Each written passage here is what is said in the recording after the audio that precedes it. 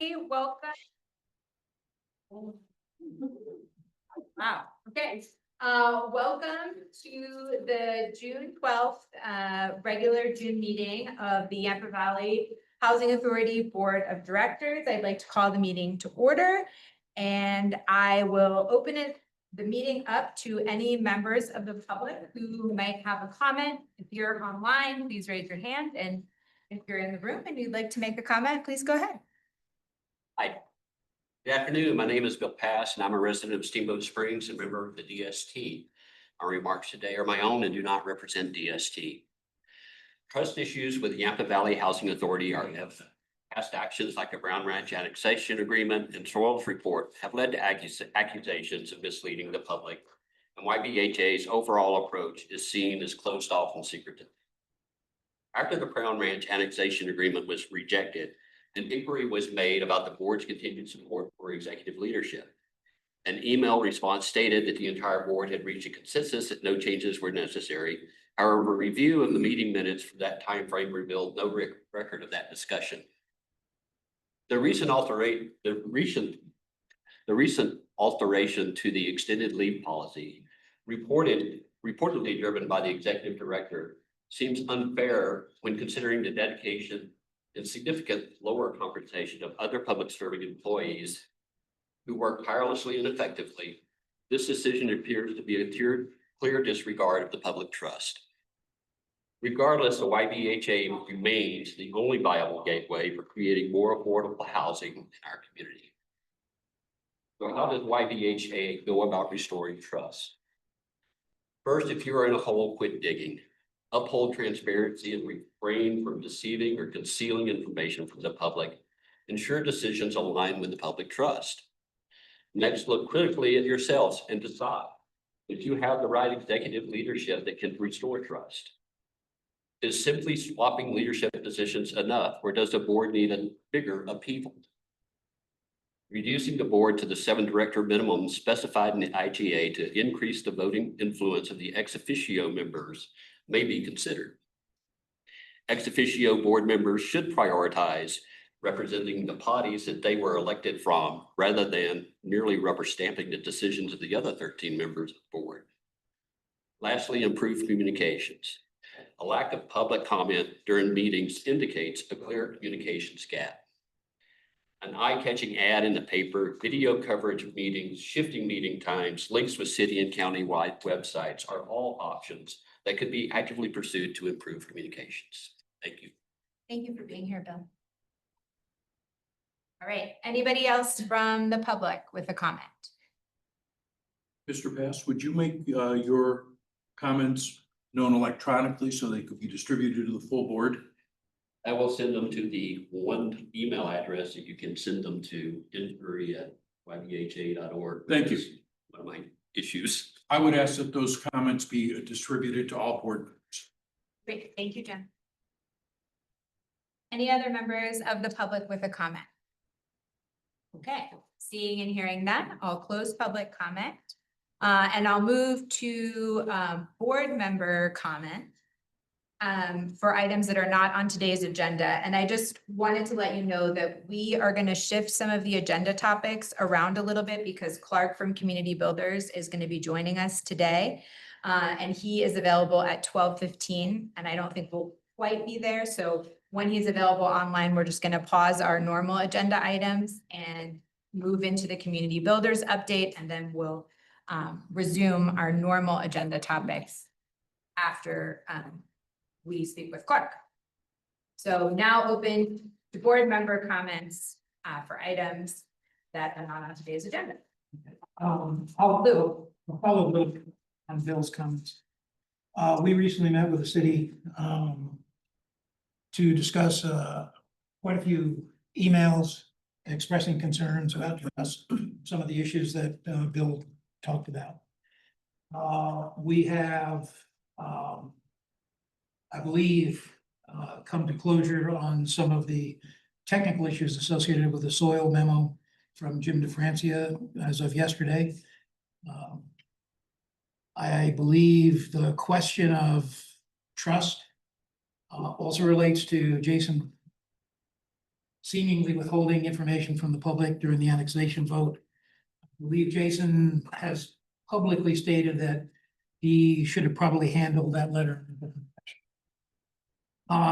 The extended leave, we have a policy. It is for all of the members that of the YVHA. And it is similar to policies in other nonprofits.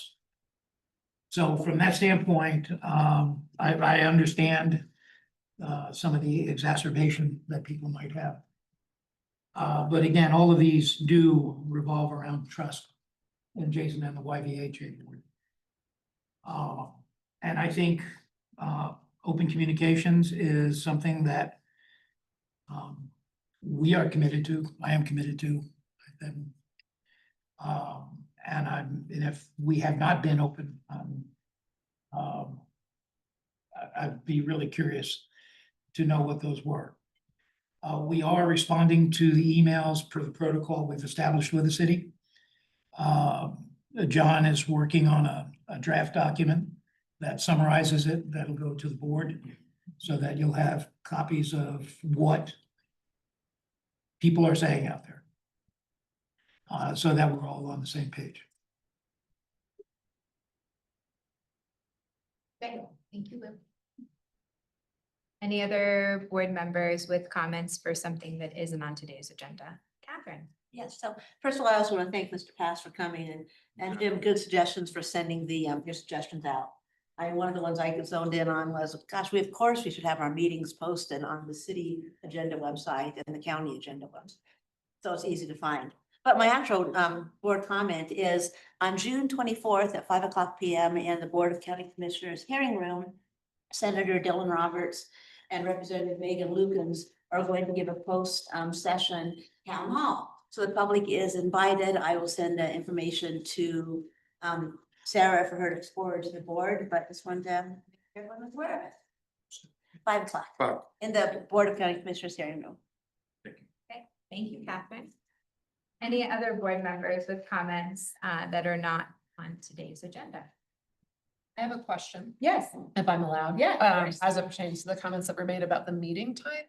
Having served on multiple other boards before, I think it can be difficult to find an ideal time in a day for folks to meet. Evenings are difficult for people with family, you know, but I'm curious, has the board previously considered trying to make the meeting more accessible for folks to attend who might otherwise have conflicts during the business day? I'm not aware of any proposed changes. I mean, when we apply for the board, it's clear that the board meeting is at this particular time, but we certainly could pursue talking to the city and county about changing.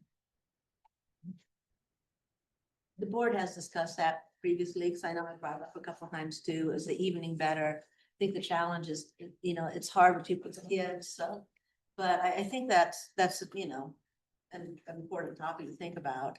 I think it's the same thing like the Board of County Commissioners. I mean, their meetings are during the day too. It's just, Yeah, we hear it both ways. We, for county commissioners, we wear positions on Mondays and our hearings on Tuesdays. They're usually most of the day on those days.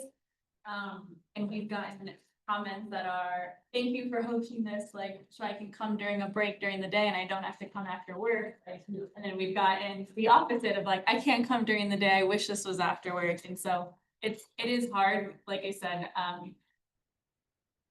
it's especially for the public, because we've gotten comments that are like, I can't go to city council on Tuesday nights. Like, I've got kids, I've got this, I like, and then we've got comments, I can't come to the commissioners during the day. So I'm not sure there's a one size fits all, but definitely worth looking at. Just curious. Yeah. Historical context. Thank you. yeah, and I think the flip side too is we just need to think public know, because they can also comment via Zoom. So I just think that extra effort to get the word out. And even maybe update on a website should say like, you know, like have something like calendar events or something that has meetings.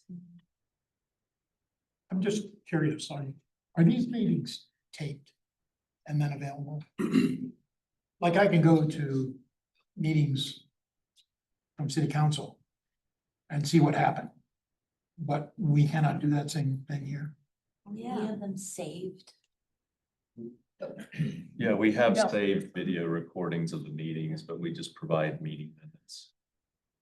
I So- would suggest that posting them on the website might not be a bad idea. I mean, on other boards that I serve on, we record. meeting because minutes No, or the meeting, recordings? the Yeah. recorded meeting. Yeah, and I just think post that's a it great online. idea. I know for myself, like I often, because I have kids, Yeah. will look at the YouTube recording of city council meetings to Yeah. get caught up, and that's very helpful. So I think, the overall comment about being, trust and transparency, I think there are probably things that we can do in that direction that Absolutely. are relatively easy, and that would probably be one of them. Yeah. The agendas and the minutes are on the website right now. It's Correct. just the recording. It's just the recording of the Yes. meeting. So there are, like future forward-looking agendas, packets, and then the minutes are currently, about us, board agendas and minutes. So I think it would be we could easily just add it to that Oh, same yeah. page that already exists. Okay, these are great suggestions. Anyone else with any comments for items that are not on today's agenda? Okay, seeing none, I will close board member comment, and I will move to our next agenda item, which is the consent agenda, items A through D, which is the review and approval of the May 8th and May 27th meeting minutes, and the review and approval of the April 2025 balance write-offs, which there were none, the review and approval of the April 2025 check register and financial statements. Does anybody have an item that they would like to pull from the consent agenda? Before moving on, according to my agenda, we have board officer elections as point number 4. Yes, we did that last meeting. I so- understand that. Need to adjust the agenda. Okay, so we're skipping board member or officer elections because Thank that was an error in the agenda. Does anyone have an item that they'd like to pull from the consent agenda? Okay, I would like to pull the meeting minutes. Now I'm trying to remember which one it was. May 27th. There were 2 sets of minutes. I want to pull the set that indicated that we had done Jason's annual performance review. That comment was incorrect. We had not done Jason's annual performance review. I had followed up with the board soliciting feedback for goals for Jason for when he returned from his extended leave. So I want to make that friendly amendment to the meeting minutes. And I apologize, Sarah, that I didn't. Which set of minutes was that? I'm looking. Okay. I think it was on the 27th. I think it was in the 27th also. I. I'm not. So you followed up with board regarding goals, but did not. Correct. We did not, his review happens at the end of the calendar year. Okay. And it was a follow-up on board. It is the 22nd because it's not a meeting. So with that friendly amendment, I will seek a motion to approve consent agenda items A through D with the change to the meeting minutes for the 27th. Move to approve. Second. First by Jess, second by Lou. Anything else on this item for the good of the order? Seeing and hearing none, all those in favor of approving consent agenda items A through D, please indicate with aye. Aye. Aye. Any opposed? Hearing and seeing none, the motion passes unanimously to approve the consent agenda. Not seeing Clark online yet. Yes. Oh, he is? Okay, I just can't see enough people. All right, so let's move to our community builders update.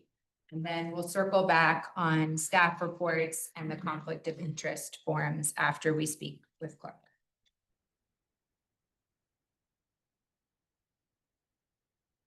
Welcome, Clark. Thank you for being here. Hi, everybody. I'm just getting my video sorted. Okay. Hi. Hello. Is Brad Um, coming? Brad's here. There you are, Brad. Sorry, I didn't see you slide in. Anybody know clerk's on screen? We can get it to All right, so Brad and Clark, we really appreciate you being here and available. to give us a quick update on the community builders process. And I know there are at least a couple of board members that are going to have some questions about the process. So I don't know if you want to kind of kick it off with just sort of a general update overview, or if you want to move into questions. I have some slides that I think might help us, but first I just want to see if Brad would like to, I don't know, I want to give Brad the opportunity to sort of kick things off if he would like to. It can be pretty basic. I mean, council has an update next week. And so Emily and I essentially prepared pretty similar packet materials, just so that everybody kind of had a sense of what happened project wise, really between the last sort of key milestones were obviously the joint retreat between the city council and the housing authority, and the city council had a work session. It's kind of a follow-up to that, just to make sure sort of folks understood the same set of key takeaways. But obviously over April and May and into early June, there's been a lot going on with the project. I would say the highlights that Emily put in your particular packet is obviously just that, the highlights. There's all sorts of things that happen with the project each and every week. So we can dig into that as needed, but just know we're on a track to give Housing Authority Board and City Council quarterly updates. So that's what we're here to do today. Great. Quarterly updates, Brad? Yeah, that's the general plan. Yep. Cool. I requested sharing, so if I can get that, that would be awesome. See if I'm allowed now. Great. All right, well, this will just help us a little bit, especially since I'm not in the room. It's a little harder to do something like this without the slides. So we can kind of move through these pretty quickly. And again, I'm not actually in Colorado right now, so hopefully the internet stays with us. Okay, just to sort of bring us back to the beginning and the overarching framework for the project. If people recall, this first phase is really an exploratory phase, to use a term in our space of it's sort of divergent thinking. It's expansive. We're trying to understand the problem. We're trying to understand what's possible, and we're trying to help people wrestle with choices and trade-offs. This is important because while a lot of us want to roll up our sleeves and dig right into solutions, if we don't first establish kind of a shared understanding of sort of basic needs and context and understanding of how different pieces play together, it's very hard to engage in talking about solutions, because we're consistently brought back to difficult to answer questions that are kind of more fundamental. I'll give you some examples of those in a minute.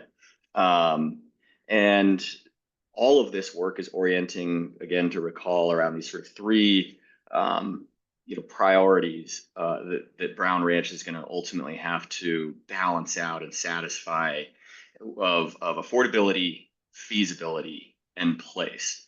And there's an inherent push-pull between each of these. Our ability to create greater levels of affordability changes the financial considerations of what makes a project feasible. Our ability to create a really great place with wonderful neighborhoods and the type of community we want also creates feasibility and affordability, pushes and pulls. And so figuring out how to balance these things in a way that creates the best possible solutions is a big part of what this is, and helping people understand those, the tensions between those, but also understanding that they can fit together. Then moving into the second phase, which would begin really sort of end of the summer into the fall and early winter, we'd be building on the work that we're doing now and getting more detailed into potential solutions and beginning to sort of think through the strategies that would make sense to really sort of guide future planning and design and annexation agreements and things like that for Brown Ranch. Should all of that be, really begin to surface itself as making sense. So that's the idea. All of that would be captured within what we're calling a unified strategic framework. As I said before, we're still more than happy for somebody to come at us with a much more fun name and less planner nerd. Okay, reminding everybody that there's different levels of engagement that we're using throughout this. There's broader community involvement. There's the deliberation and stewardship team, which is a group of people that, as you all know, has been brought together to help bring the many differing perspectives around Brown Ranch and some of these issues into the same space to try to work together through both building shared understanding and ultimately moving towards problem solving together in a collaborative environment. And then there is the project collaboration team, which includes staff from the city and the YVHA and also now the county. And they are helping sort of at the ground level in terms of one, how do we make sure those entities are collaborating effectively in this work, but also supporting the work that's happening with information and resources that they have particular expertise or availability. So that's the kind of layers to this process. They need to be talking to one another and connecting with one another. And we know that one of the things, bits of feedback we've gotten is that needs to be better. And that's something that we're working on and trying to improve.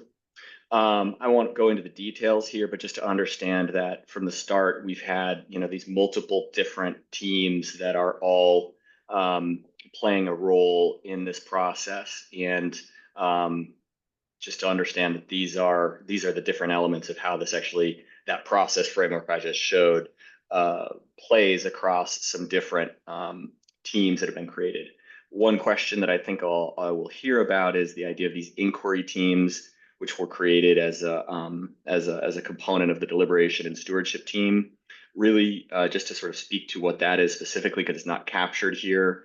It was an opportunity or really responding to the need to provide space for dialogue around some of the topics that simply just can't fit into the 5 meetings we have with the deliberation and stewardship team, without meaning we won't get to other things. So we essentially had to sort of create some parallel conversations that were part of the deliberation and stewardship team, but not happening in the core meetings. And they were actually intended to really be sort of small group conversations that would then empower deliberation and stewardship team members who participate to come back and sort of share with the group the key things that we learned. The very first one that we did, and so far the only one, ended up being not a small group. And we learned a lot about, for one thing, I think there was some valuable results that came out of that, although I think we learned a lot too about how to effectively facilitate those to make sure that we can kind of stay on time and make sure that we're also really productive with the dialogue. Moving forward, just want to kind of quickly review some of the ground we've covered so far in the process. We began with those orienting priorities and establishing that, fundamentally Brown Ranch is going to need to balance these needs of affordability, feasibility in place. And we sort of established those as orienting priorities for the work. In the first orientation meeting with the deliberation stewardship team, as we did when we worked with you all in the city, we established a set of guidelines for group work. Without going into all of those, these oriented around having an open mind, being willing to learn, respect, trust, accountability, and stewardship for the process, which has to do with all of us recognizing that we are not, that we are actually ourselves helping guide this work forward. And so we need to steward it. We all also then worked around building shared values. The idea there was to ground the group in some common understanding of, what we love, our hopes, our concerns for the community. This is a powerful thing that we can use for one, especially when we're dealing with people who see issues, and particularly controversial issues, very differently. It's an important thing to be able to ground the conversations that we're going to have in areas where we sort of also recognize that there are certain core values and things that we share in terms of what we ultimately all love about this place. Then we began to situate Brown Ranch as a puzzle within a larger puzzle. And that might sound a little confusing, so let me explain. In the last process, part of the dynamics that unfolded allowed for an understanding of Brown Ranch as an isolated issue that had to carry a lot of issues that, yes, pertain to Brown Ranch, but also are much more significant even above and beyond Brown Ranch. And what it meant was that Brown Ranch was trying to carry a lot of weight. And so understanding that Brown Ranch fits within a set of broader community needs and issues that your community and region are going to have to address related to growth, related to traffic, housing needs, the cost of infrastructure and services, that all these are need to be addressed. They need to be understood as part of a larger system. These are interconnected pieces, and also that they are not sort of tripped one way or another simply by one project, even a large project like Brown Ranch. For example, the infrastructure and service dynamics of your community, as you guys look to, as your community grows, which it will, those are going to be considerations and concerns whether or not Brown Ranch is a part of that growth or not. So it's important for people to understand that Brown Ranch is not isolated. We ended up having the conversation about soils and feasibility. I know at the beginning of the meeting, you guys had a brief update on that, and it came out in Bill's comments as well. What we learned from that was really important is that, the soil conditions are challenging, and they are also not uncommon. They'll need to be factored in as it pertains to building affordable homes. It doesn't make it easier. And there are, we'll need to look at ways that we can do that, and it doesn't mean that it's impossible. So that's the key things we're learning from that. That will continue. That's a layer that's still, I would say, unfolding through the work. In our most recent meeting, we benefited from sort of a preliminary review of some of the economic and planning systems analysis that's being done for the Housing Authority. And key takeaway from that session was a recognition that, and this hopefully was not too much of a surprise to anybody, but it really hit home just how significant the housing challenges are, and that it's getting increasingly unaffordable, and housing is also just increasingly unavailable, and that the need is both deep and wide, meaning there is sort of deep need and that's reaching a lot of different income levels, and that is not just isolated to Steamboat. And finally, particularly through some of our community engagement, but also through work that we're going to be bringing to the Deliberation Stewardship team at the next meeting, is wrestling with choices and trade-offs, particularly on where we're going to meet future housing needs. Here again, we have to understand Brown Ranch is one choice for where we might grow, and specifically where we might meet future housing needs that sits among other choices. And this is important because a lot of people, when they're talking about Brown Ranch, talk about these other choices, and I think it's important that we explore them as well. So, whether it's Brown Ranch, infill development, bedroom communities, these are all places that are suggested as places where we can or should meet future housing needs.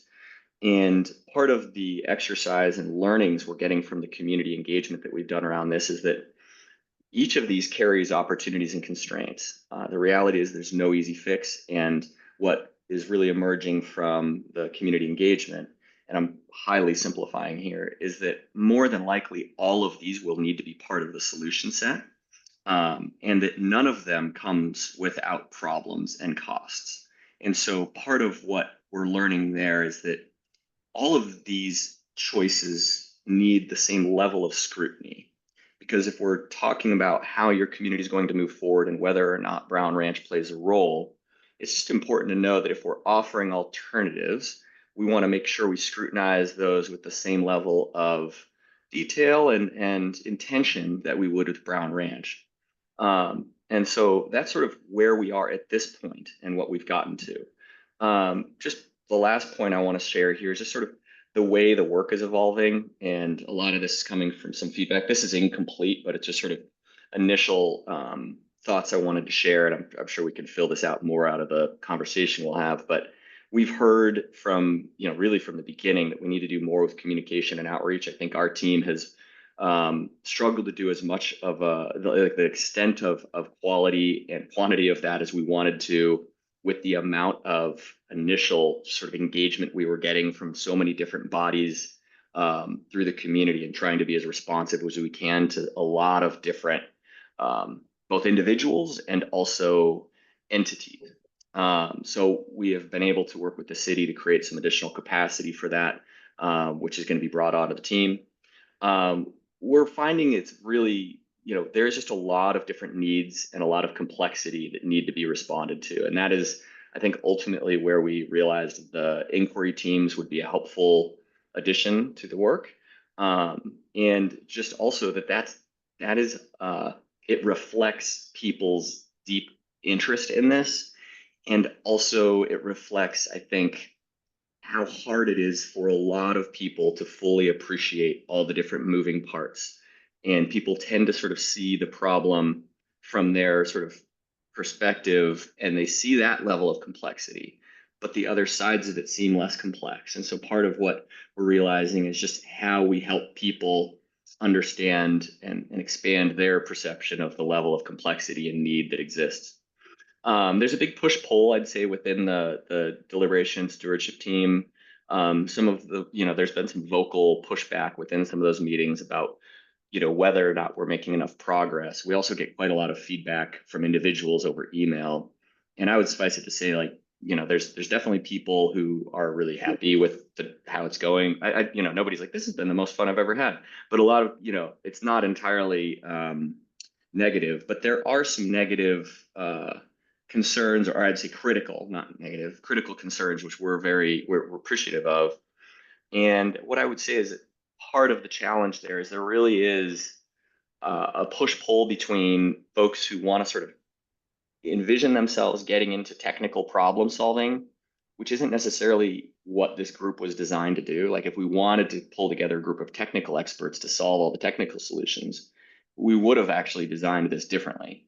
And the work of trying to build broader understanding where a group of citizens who do have varied levels of expertise, but also varied perceptions and perspectives on this issue can actually come together to see what they can agree on. And that is really what we're trying to do with this group. And so that's been an interesting push-pull, and we're trying to work through that with the group.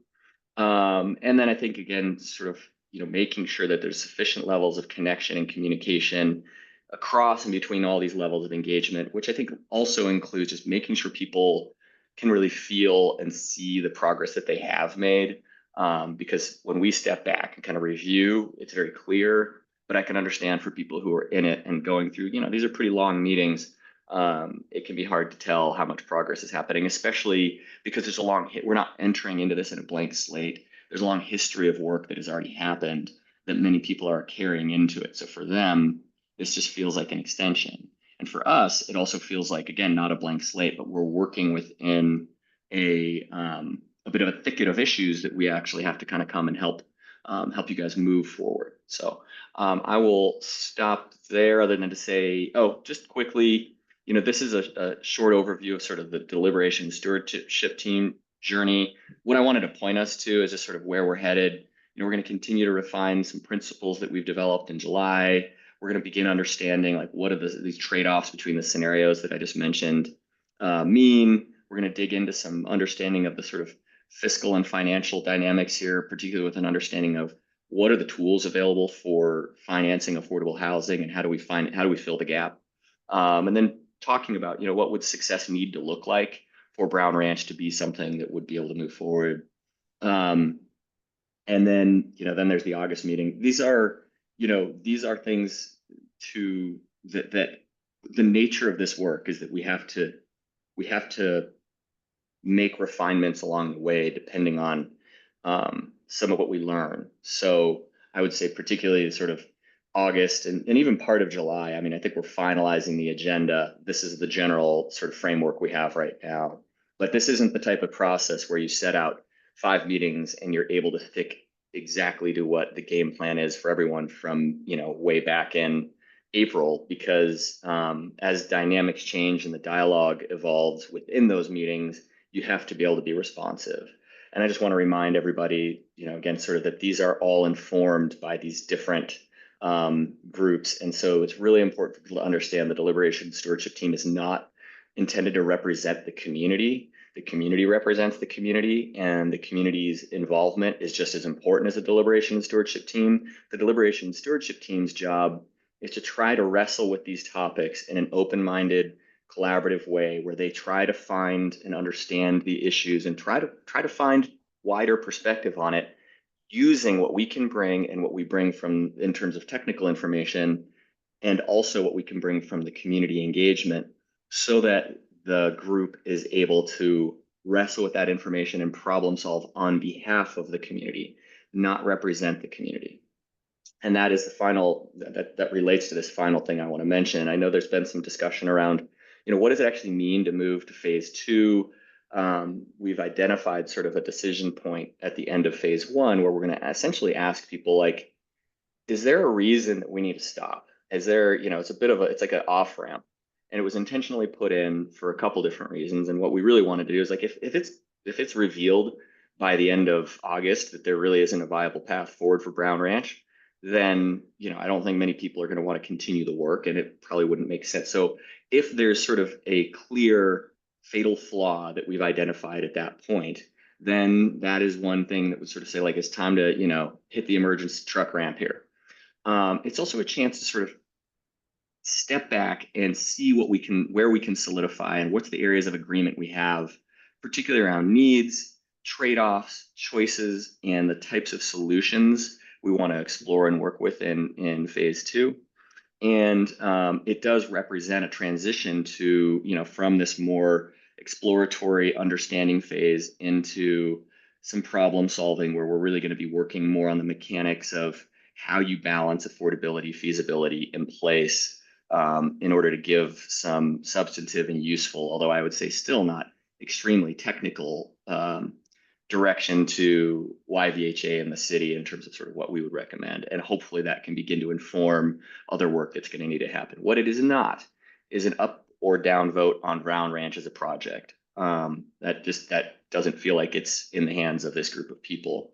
It is also not a chance to sort of replace a decision that ultimately would need to be made by the larger community. And I'm specifically referring to, if Brown Ranch goes forward, the conversations we've had and heard from both YVHA staff as well as city council and city staff is that, people envision that going to a vote again. And so, that's not really the deliberation stewardship team's job to sort of take that vote on for the community. So it's important for people in the DST to understand that's not their role. Their role is instead to take in the information and view this transition and the decision we want to make at that point to move forward as one of essentially not like, it's an emergency exit. If there's clearly, fatal flaws, let's stop and see what we need to do and see if it makes sense to go forward. But I wanted to just speak to that because I think there's been some confusion about that. So that's all I have. I will stop there and I can turn off my slides and we can come back to them if it's useful. But Great, thank you so much, Clark. And I will open it up now for board member questions for Clark. Catherine. Well, if you want to go first, you can. Well, thank you. Clark, I'm curious, many of us or some of us have participated in focus groups. And I don't know how many there were. I know there were a fair number. I know the one I participated in, I think was pretty, I don't know if you'd say successful, but it was informative. And I'm curious how that feeds back into the entire process. Does that go to the DST? Does that go to the PCT? Does that disappear into the ether? Does not disappear into the ether. Great question. So particularly if you're referring to the most recent set of focus group conversations, so all of them the general answer is everything we get then becomes sort of packaged and resynthesized for review with the DST and the PCT, and ultimately part of the larger package of engagement information and results that we get from this project. Okay.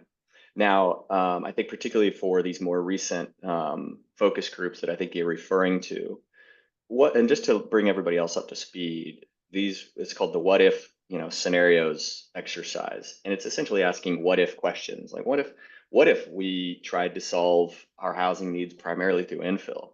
What if we tried to solve our housing needs primarily through just, meeting in bedroom communities? What if we met our housing needs primarily through Brown Ranch? These are, of course, are not in the real world, these are not isolated options. But in order to make it easier to think through the implications and trade-offs of those different choices, it's helpful to isolate them and say, let's just imagine a future where this is what we did. And and we have to first understand, like, sort of what does that solution look like on the ground? What does that solution require in terms of either costs or what have you? And then what does it mean in terms of affordability? So there's a set of questions we walk people through that I think you're probably referring to. So what we've done is we've had a number of different conversations, several, and pulled those into an initial synthesis that goes through each one of those and evaluates the sort of implications across those three areas. So affordability, feasibility, place. Like if we're talking about the infill focused solution, what does that mean for affordability? Like what are the good parts? What are the not good parts? What are the questions we're not sure about? What does it mean for feasibility? Like what are the feasibility questions related to infill? What are the, so we went through and did all of those, did that for every single one. The next step, and so that's complete. The next step is going to be for us to bring in some sort of technical, some outside technical review of these because the community information is really good. There are also some really helpful ways to understand those choices from sort of just an objective technical perspective. Like we understand a lot about infill and the dynamic and phenomenon of bedroom communities as sort of the place where housing solutions are met, and also larger scale, master planned communities. So we can kind of unpack all those and add some sort of expert review on some of what's been identified. And particularly, it's an opportunity to help address some areas where there might be sort of questions or things that are unclear, or maybe just misunderstanding of how things work that can at least be commented on in that space. We're also going to be asking staff from the city and YVHA to sort of walk through and go through that same exercise. And the table that we're using to show all this, first of all, it's going to be a balancing act. Like we don't want this to be so overwhelming that people can't get the information. So we're going to, right now it's in a table that's pretty readable. But as we add a couple of these rows to it, we'll have to make sure that it continues to be that way. The intention there, though, to get back to your question, is for that to then, yes, be shared with the deliberation and stewardship team. And then what we're going to be asking them to do is make sense of the sort of results that's come out of it. Like, here's the key things that have come out of it. Like, if you had to pull a headline out of this, what would that headline be? What's the sort of headline and key stories for the infill one, right? Because that forces people to sort of really look at the information, the implications, and pull the most sort of pertinent elements out and say, yeah, it seems like that solution means A, B, and C, and the implications are X, Y, and Z, and some of the challenges or opportunities related to it are, X, Y, and Z. So we'll be doing that and sharing that with the deliberation stewardship team. And again, it'll become part of the larger catalog of information we brought in from the community. Is that helpful? Yes, thank you. Okay, Catherine. Yes, thank you. First, I want to thank Mr. Pass and all the members of our community who are spending so much of their time volunteering. We really appreciate all of your input and your insight. And I also just want to sort of go on the record that this really is the first time that we as a board have an opportunity to ask, community builders any substantive questions. We had that joint meeting with the city, but it was not substance. So I do have some questions, and I hope there isn't a hard stop. I guess my first question, I don't know where to start, is I originally, and I've sat through every presentation you've made public anyway, I thought the PCT team was the group that was going to supply technical information to the VLC team. I could be completely wrong on that. It seems the way the process is set up right now is extremely reactive. I think the soils report is a prime example. I mean, we had front page news that there's a soils report that was basically the same report that was public in 2006 with Steamboat 700 and 2018 with Sleeping Giant. If we have a process that we're just going to be reactive on any item that people think of that have good ideas, there's water. There's the fact that all the Inflation Reduction Act grants are gone. There's power. If we're just going to be reactive in, hey, what about this? What about that? Reactive processes generate distrust. They generate divisiveness. So I am completely confused on what the process is on these inquiry groups. And so if you could I have two questions on the PCT, but if you could answer this right now. I mean, this seems extremely reactive to me, and it doesn't seem like a way, this is increasing divisiveness and distrust. So how is this working? I'm happy to comment, but I want to see if either anybody, Brad or Emily from the PCT want to jump into beforehand, but I'm happy to. Well, my question is on inquiry groups. I mean, are we going to say, here are all the technical information to build at Brown Ranch and supply that information? Or are we just going to say, hey, guys, anything you think of is front page news, and oh my God, we haven't thought about water? I mean, how is this working on getting technical information to the DST? Because we've got a lot of smart people on that group. And the soils report is just an example. That was brought up. We had a meeting on it, front page news. I could bring up a gazillion things that are incremental pieces of the possibility of Brown Ranch, and I'm sure everyone on the DST team could also. So what is the process? We're going to have information for the group, so everything isn't like a huge, like, oh my God moment. Well, that was just to be clear, that was this process didn't turn that into an oh my God moment. This process took what was happening and tried to create a space for a more informed discussion. Prior to that meeting, there was quite a flurry of opinions about what was going on. And it surfaced in the middle of the deliberation and stewardship team in ways that I would imagine for you as a board member would be uncomfortable had you been there. And I think it's important to know that what we were trying to do is resituate that discussion in a way that gave it a fair space, because it was very clear that a significant number of people who were participating in the deliberation and stewardship team were uncomfortable with the situation and had significant questions about what it all meant and what was really happening, and that they and therefore others, because it was now became a topic within the context of that meeting, would benefit from having a place to talk about that without turning that into sort of this focal part of the next deliberation and stewardship team meeting, which also, we wouldn't have only been a time constraint, but it would have also been it just sends us in the wrong direction, and it would have been too much time in between. So as it turns out, there was really good information that could have been brought to bear. And so what we tried to do is work with your staff to get the folks who actually had the information that was needed and make it available to people, and put it in a situation where folks who were very skeptical actually had a chance to ask questions. The overall, let me just finish the response. I think that the overall call was much more, it was difficult to manage in terms of how it played out. And I think, as I mentioned, we would do that differently, but, and we will in the future with those.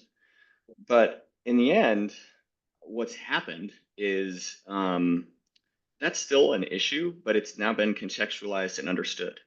And so it shifted from something that was, I would say, an extreme adjutant and animating difficult dynamics within the group, to one that is now situated and understood and has a level of kind of agreement and understanding within the group that's like, okay, yeah, there are soil constraints and concerns that are going to be important to factor in. And it means that not all of this site is ideal, and that, in fact, most of the site presents considerations that we're going to have to look at and factor in.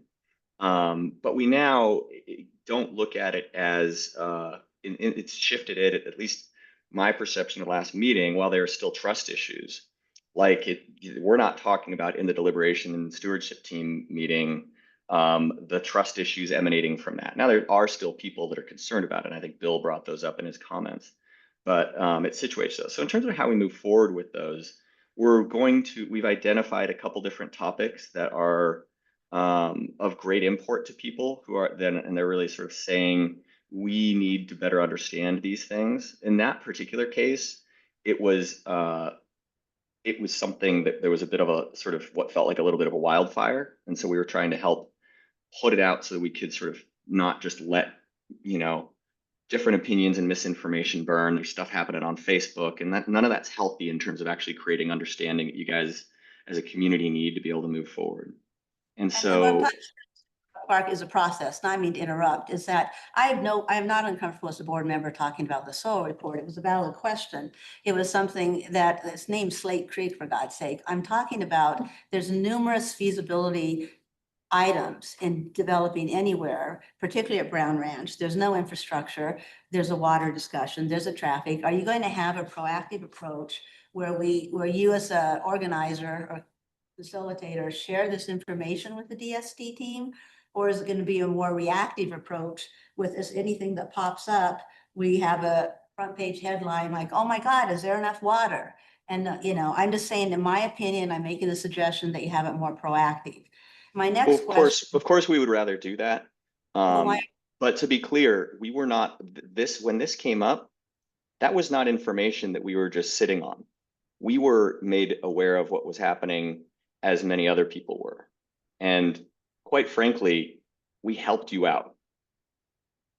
So that what happened there is we tried to create a space where there could be a more informed discussion and try to sort of, let's provide a space for this. And so, no, we would rather not be reactive. And in general, we want to be more proactive, and that is the intention. But in that particular case, just so you know, it's not like we were sort of waiting to sort of like we didn't know this was a thing until it came out, but it was very clear that it was going to be important to address. So, and if part of the question is, would you guys have been better off if we hadn't done that? I don't think that's the answer. Even though I know that it was, we got some feedback that was like, boy, that was a tough meeting, and it was. But at the end of the day, it did help create a greater sense of like, okay, we've put this out and it's out there now. So in general, though, that's definitely not the way we would want to do things. Now, my suggestion would be that you have instead of waiting for the next one to be reactive, say, here's a list of all the feasibility items so the group can discuss it. My next question is, why have we not posted or shared with either this board, city council, or the public the PCT agendas or any minutes? We can do that. I mean, we haven't actually had a PCT meeting for a little bit of time. We've been focusing most of our energy around the deliberation stewardship team and the community engagement. But yeah, we'd be happy to. I mean, the PCT is sort of like it's like a project management team, but certainly that's not difficult to. But there's sort of nothing newsworthy in it, but we're more than happy to do that if it's not already there. I mean, everything should be available in the public drive folders, but yeah, that's an easy fix. Okay, I would like to ask our board, our staff, if we could please post the PCT agendas at the very least, because I, as a board member, do not even know how many meetings the PCT has had. So I think that's something that, Bill brought up, the communication and transparency. I think it's very important that all minutes, at least agendas of all of these meetings are available on the public site. And then the other thing, I guess, I had thought, and I guess it's evolved, that you are going to have some sort of, big, beautiful communication plan at the start to share with the 4,000 people who voted or the 10,000 registered voted. And I guess that's not the case anymore. We're now, are we hiring a new communications team? How are we going to have any plan to try to get input from the larger electorate at large on what their opinions are, or is that no longer part of the game plan? Is that what I thought I heard you say? You did not hear me say that. No, there is community engagement going on. The issue that we're trying to respond to is a need for additional levels of communications and outreach. And that's something that we are working with the city to just make sure we have more resources to do. But there is a communications plan and there's an outreach plan. Go ahead, Brad. And also, I think there was a question earlier if there's a hard, I actually do have a hard stop. So Emily, just, let me know how you guys want to focus the time, but I've only got a couple more minutes. I'm through. Just my suggestion, please post all the meeting agendas and be more proactive. Okay, I know Mike Land has a question and it looks like Steve has a question, so let's try to be as time efficient as possible. I'm just, Lou, Brad, maybe have I something can, to I can, I add. can hang around. So let's do it. Brad can be here. Okay. Let's address our questions. Mike Land. So I was the Housing Authority Board member that attended the last DST meeting. And your point on your slides about the push and the pull of how things have evolved in terms of the desire for getting into the technical details, but also the work that you've done to build a broader understanding of the issues. Something that struck me in that conversation, the conversation that I observed that day was it's actually like more in the middle where people are really eager to get into. So I understand the need for establishing like a baseline level of understanding. Otherwise you can't have a productive conversation because you're not informed enough to, really get the point across. But I don't know that we're also like necessarily like needing to like focus in the soil. And unfortunately, the soils report has just become like the thing. It's not about the soils report. It's about everything else. But the technical stuff aside, the real issues that caused this vote to fail, I feel like are the middle ground between the broad understanding and the technical issues. And I heard from the DST that they were not being engaged enough around those issues and outing those preferences. And I understand there's an element of patience attached to this process, and we all agreed to be patient and to sign up for that when this process was put into place. But it gives me concern that August is a milestone and there's one more DST meeting in July. And there just hasn't been that much conversation around the real issues that would produce a report with meaningful feedback that actually advances highlighting the themes of where the community would be willing to make trade-offs around, not around soils, but around affordability, density, unit types, et cetera. So I guess sorry, that was a lot of talking, not a lot of questions. The question is, how do you intend to get from where you're at now to where I just described it by August? Yeah, that's a good perspective on it. It's some of where the push-pull that I described comes in is from, we do surveys at the end of each thing, and we get a lot of people, and I think you actually saw this in the comments too at the end. You had some people that were like, I need to know costs, like how much is it going to cost to do this development, which is of course difficult to do because we don't actually have a current plan development, but the point is well taken.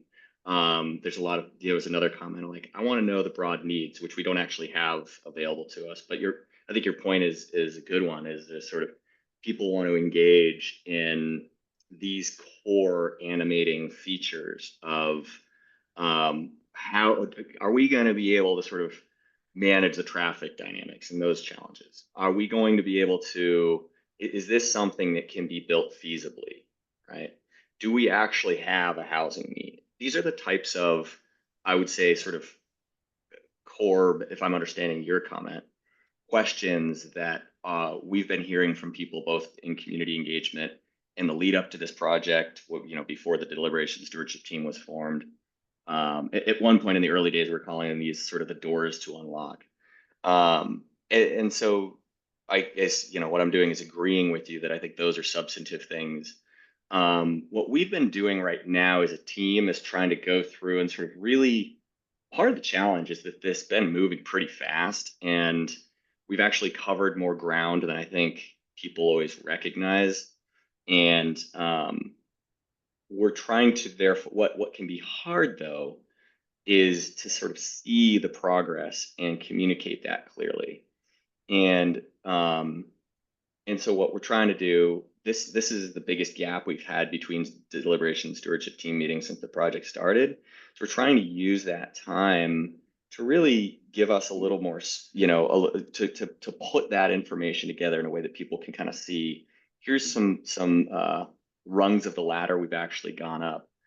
To point at a couple specific things that you mentioned, this stage of the project isn't going to answer questions of, what the unit types should be or the specific levels of density. Like that's the next stage. And it really is, I think, incumbent upon some of these broader questions. And just to sort of, contextualize it in a question we get a lot is like, well, why not just do this through infill? We're gonna have a hard time having a conversation around what unit types belong on Brown Ranch if people are really sort of like, well, it shouldn't happen at Brown Ranch anyway. So part of the work we're doing right now, and a lot of this is coming through the community engagement, but it's about to like the analysis of that and sort of a lot of the takeaways is going to be brought into the deliberation stewardship team so that they can wrestle with them.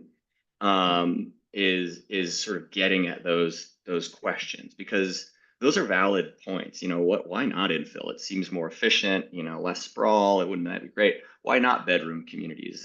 Those communities, maybe they want to grow. These are things that we hear from people. So what's going to be really important though, is that we make it so that we are attending to those options with the same level of scrutiny that we would attend to Brown Ranch, because it's a pretty serious question to say like, actually, we shouldn't talk about Brown Ranch. We should do these other things, which is where a lot of people, are in the conversations we've been having, is that just Brown Ranch doesn't make sense because of a lot of different things, including site constraints, and these other options do. So that actually is dialogue that needs to happen. And then you're right, though, that the sort of space we're in now. So we had the orientation meeting and 2 DST meetings, and we have 2 more before we're going to get to this point where, so we're sort of exactly halfway. We have 2 more before we get into the sort of that point where we say, okay, does it make sense to go forward? Has anybody found some fatal flaw? And in those next 2, we are really sort of zeroing in specifically on Brown Ranch. The next meeting will focus in a lot on sort of the questions of how do you finance affordable housing? That's been an animating question that's really important because people are concerned with the idea that you have this area where we could do affordable housing, but that it's not actually possible to build affordable housing there. So people need to understand what the different tools and mechanisms are that exist to make it possible to finance something like that.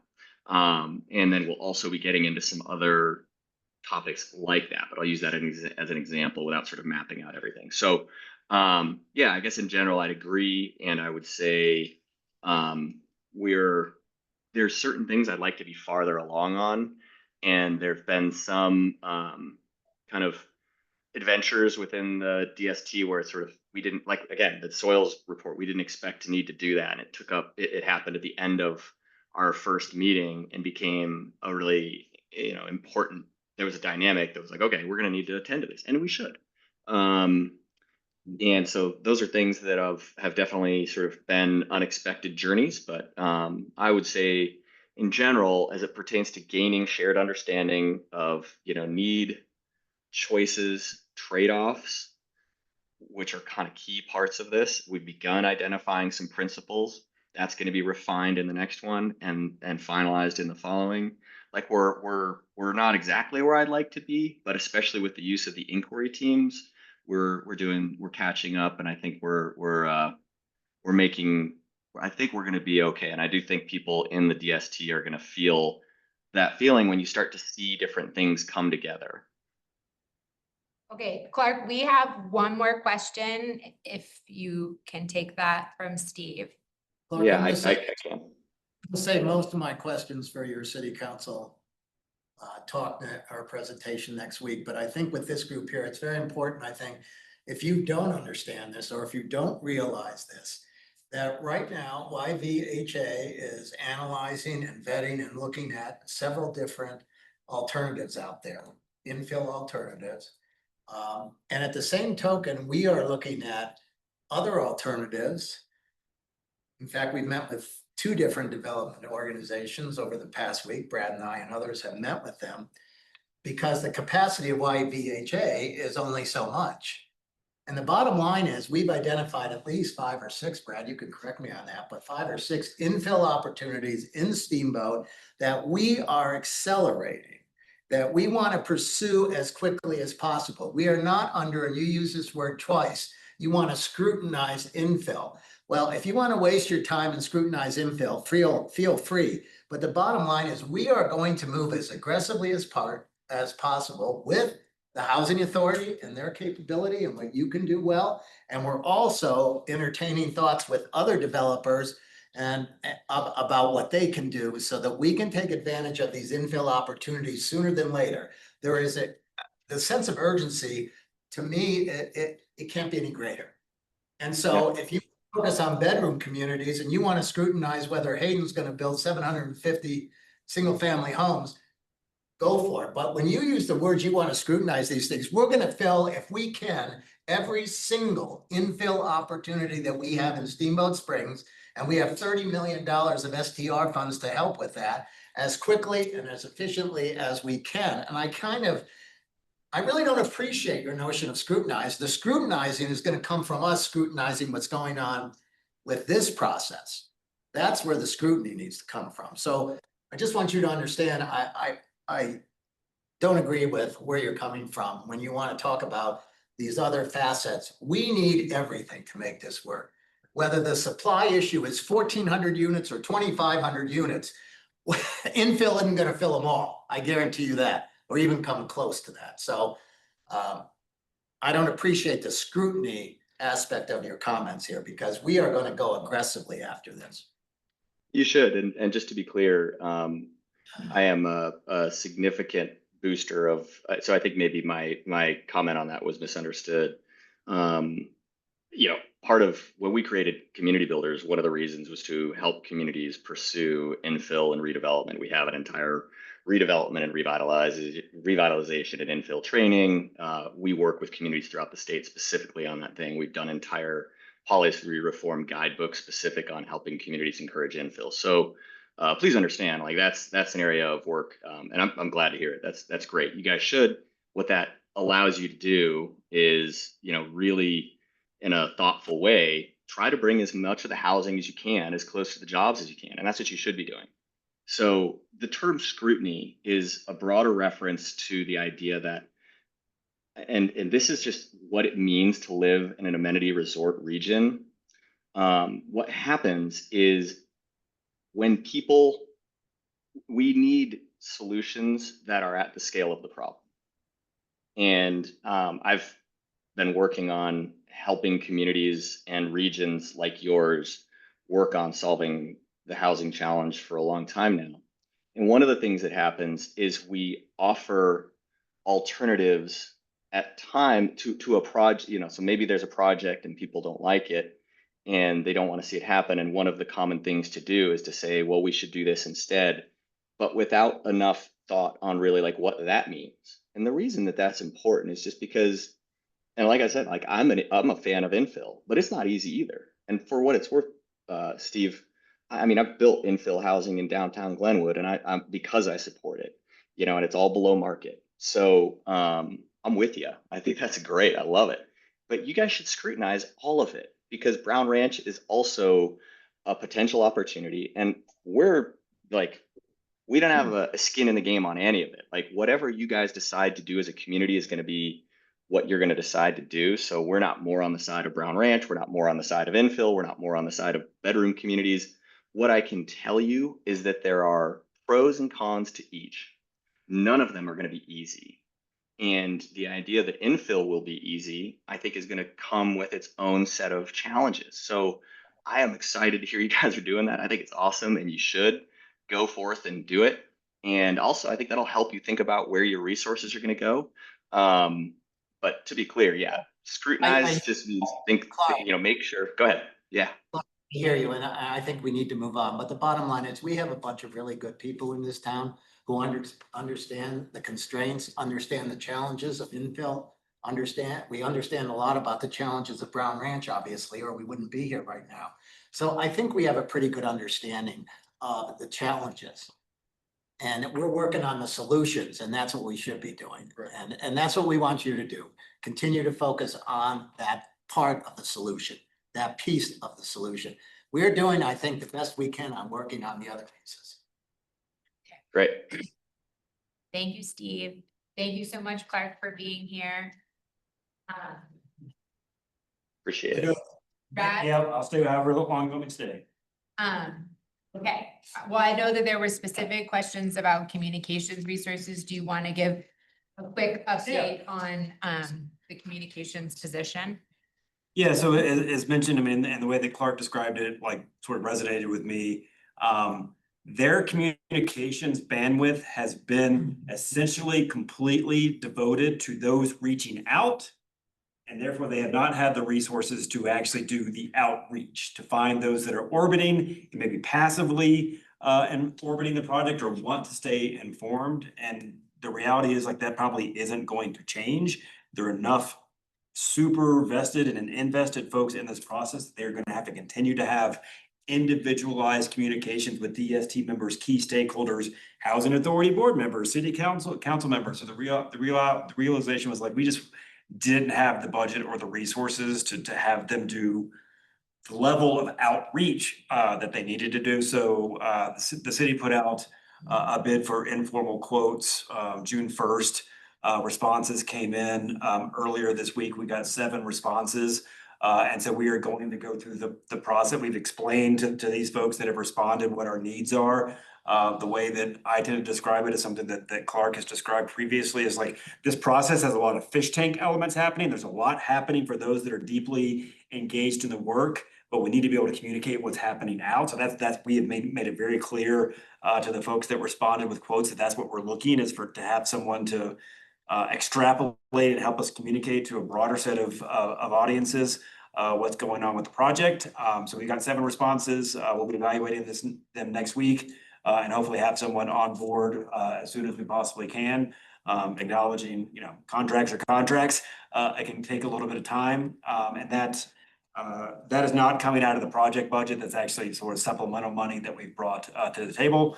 For broad strokes, we got some, I would call them, solo practitioner, small PR firms, all the way to some relatively large PR firms. So we'll just have to sort of compare and contrast and see where the expertise fits what our needs are.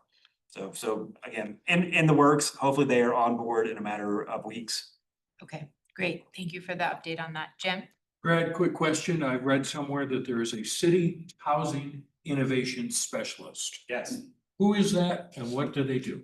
Her name is Kaylee McCarthy. She started the day after Memorial Day, which was probably the best day of my year. And I literally walked out to come here and said, Kaylee, I will bring you to the Housing Authority Board at some time. Today is not the day. We have a very specific topic, but yes, she has started the day after Memorial Day and is trying to get her sense of sort of what's been going on in the community and very specifically thinking about her job is to help the city implement the housing strategy that City Council adopted in August of next year. It's very clear that is your roadmap to work with me and other city departments to implement that strategy as adopted by City Council.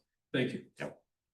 Brad, I have a question, and Steve, feel free to chime in. I was confused a couple city council meetings ago, as city council was, when during staff notes, it was community builders was brought up. I was watching the meeting.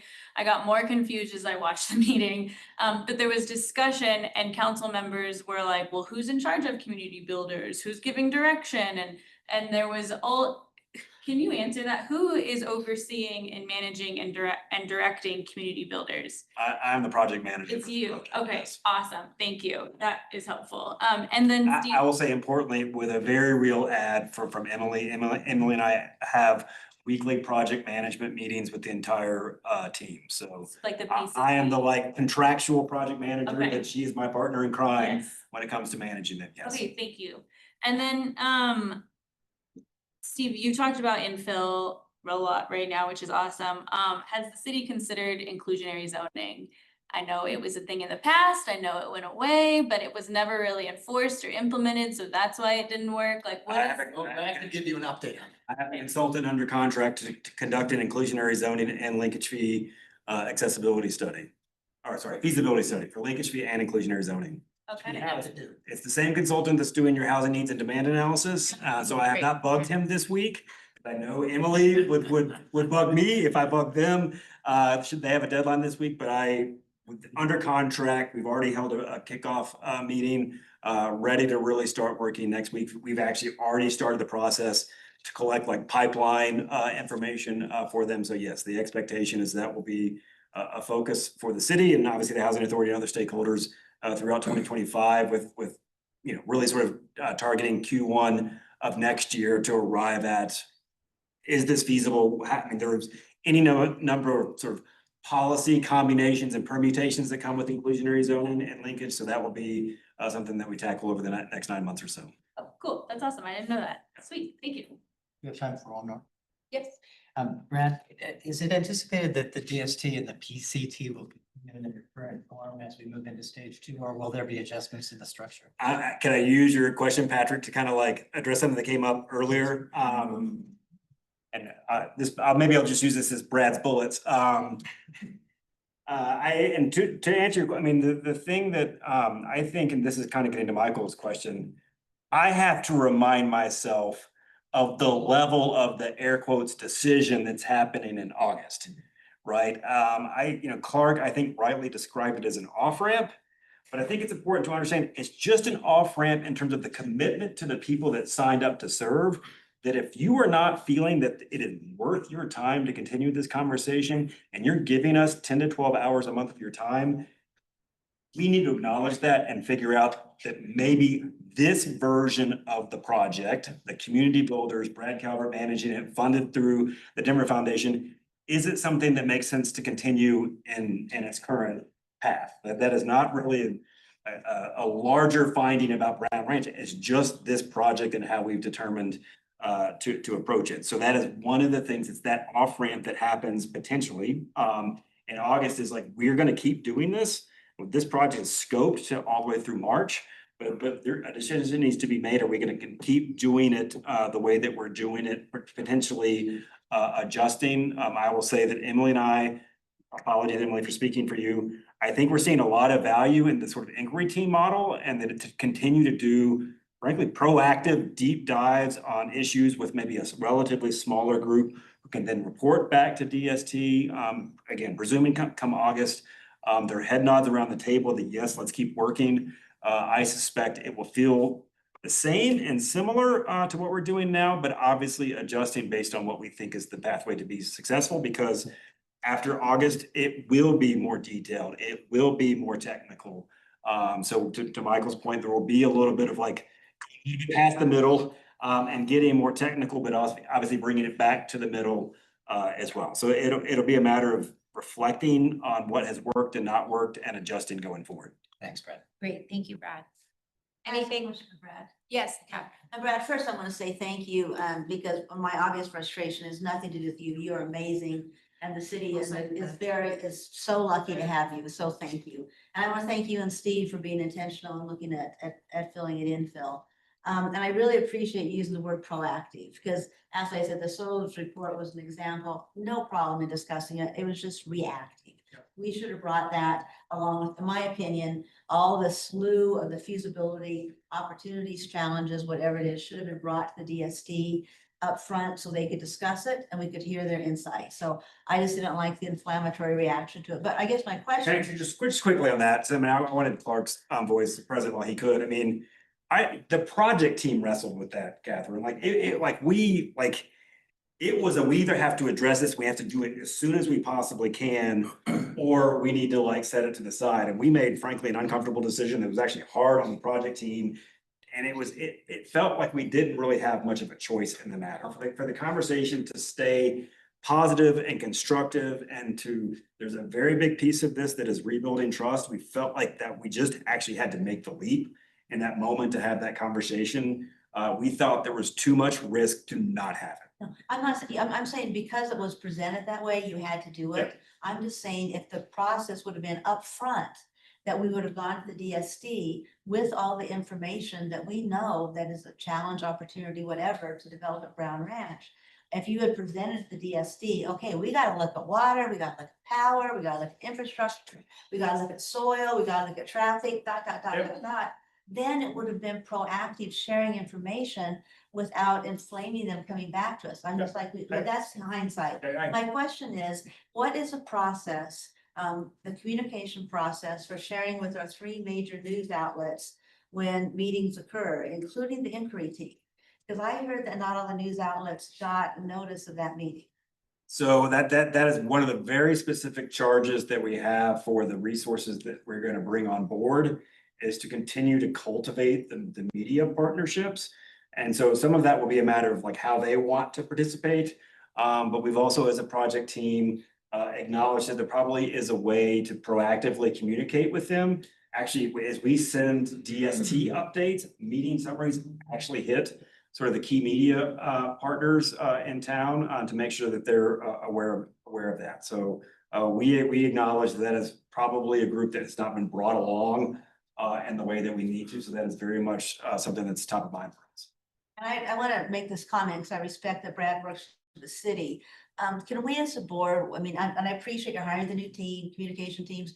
In the interim while the city is doing this, can we please direct John or Emily, when we hear that there's going to be a DST meeting, a DST inquiry meeting, or any meeting regardless, that we send a press release to Steamboat Radio, Steamboat Pilot, and Yampa Valley Bugle, just so they know the date and time. So in the interim, while the city is getting their communications, we know. Because I still don't, we're peripherally involved as a board somehow. But I think it's very important that we do everything we can while the city is getting their communications plan together to make sure at the very least our local media know that meetings are occurring. So if we could please do that. We could do a media brief. I mean, just send a press release to those three outlets. And then when their communication team is set up, we can quit doing it. But in the interim, I just don't want to get phone calls that the press didn't know about it. And, you know, Catherine, we've actually, and I don't know, we are constantly in what I would call meeting design space, like thinking of the next thing, how are we going to approach it? We actually just this morning very specifically talked about how we might could engage our media partners directly in the conversation so that they can participate in a way that's helpful for them. So we were acknowledging that there's more that can be done there. Yeah, and I appreciate that. Just in the interim, let's just let them know what's happening.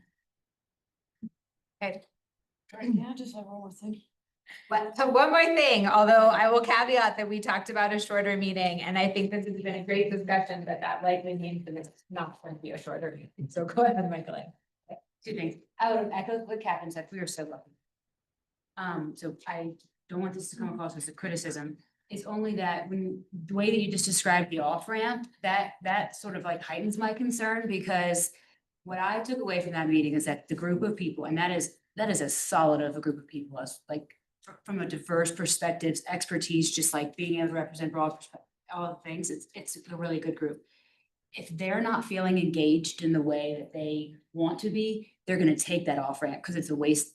They're going to feel like it's a waste of their time. And so when Clark says they're having success at the inquiry team level, that's because that's the information they want to get into. And I hope that there's a way to have more of that conversation in just 2 meetings, because it just feels like it's such a shame come August, all of the time that has been spent to get to this point. And there's only 2 meetings to get into like, not even the technical issues, just the real issues that divided the community. I hear you. That is a good point. I would not want their experience to shape how they feel about whether there's still work to be done. So we need to be clear about that. Yeah, thank you, Michael. Can I say one thing? Just one. Of course. I will. This is a very sort of minor thing, but I have found myself struggling with it a little bit. In fact, I don't end up using the word, but Clark describes one of the scenarios as bedroom communities. Think of that. I think we can name what those are. I personally do not like that term and find myself saying satellite communities, but like, I understand why he's saying it that way. Because essentially it's a solution to the local workforce in Steamboat that actually needs a place to live. And if that is a solution set that is you work in this community and live in another community, maybe that's an okay description. So I will just, that is just like a word that is sort of stuck in my craw a little bit. I know some of the focus groups struggle with it, but I think the word is intentional. If you just think about the problem is how do we house our local workforce that works in Steamboat Springs? So again, that's just something that has been on my mind. Thank you for that clarification. Anything else for Brad?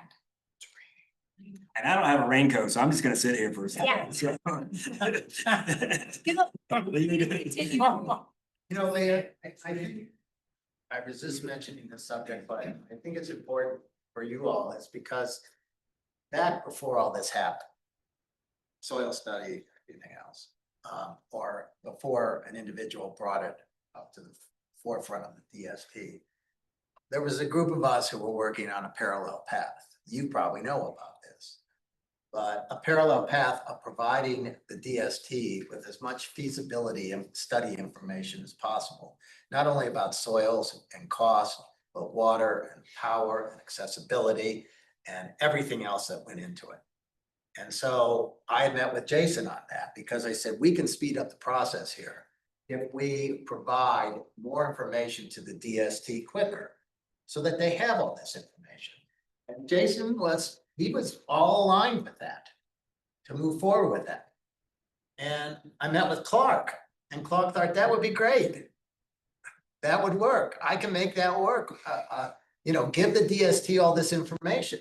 Well, what happened after that was that the DST somehow, as this is a small town, felt that this other parallel path of just providing information broadly about Brown Ranch, right? Everything that went into that, including water, because we had a meeting just a couple weeks around there where we said we thought there was enough water for 800 EQRs. Is that right? Yes. For those of you who know what that means, 808 EQRs. And then somebody said, no, we only have 100 to 200. Which said, we really need to understand what's going on. Do we need to build another plant out there, or do we need to renovate or do something different? So that never got traction, because then it became known about this, and somebody at the DST said, well, there's a group of people who are working on a separate process that is just going to, they've already made up their mind what they're doing at Brown Ranch, and this group is really making the decisions. When all we wanted to do was provide them with information so that they could make quicker, better decisions. So I throw that out there only because, I don't think all this stuff around the soil study needed to happen if we had just done things a little bit differently. I agree, and I thought the PCT team was doing exactly that. And I think maybe the problem was that it wasn't communicated, but yeah, I agree, Steve. I just share it because Jason was all in. I talked at length with Jason about it. We thought a meeting would happen and then it didn't. Well, we had the meeting and the decision was made not to go ahead because all of a sudden there was all hell breaking loose over soils. Emily? I just want to just put on the record that YVHA has shared all information that we have about Brown Ranch with community builders, and community builders has shared it out. So there's a lot of technical information, a lot of technical work that went into the previous plan and annexation work. And so we've shared all of that. Yes. So I just want to make sure that everyone's aware that we are an open book, and it's all available to the DST. And I think, Steve, to your point, I thought being in that meeting about this alternative group, that the reason we didn't proceed forward was because there was a concern that the PCT was feeling usurped. And the bottom line is the DST is going to make all the decisions and recommendations. And if they want a feasibility study, then they should request one. I personally don't agree with that approach. It's a chicken and egg, and which one's the chicken and which one's the egg. I believe the better work we do and the more information we can provide to people to make better decisions, put egos aside, put everything else aside, let's get it done. But you're right. It was a leadership issue around who's in charge. And the Housing Authority is happy to support efforts to provide additional information towards this project.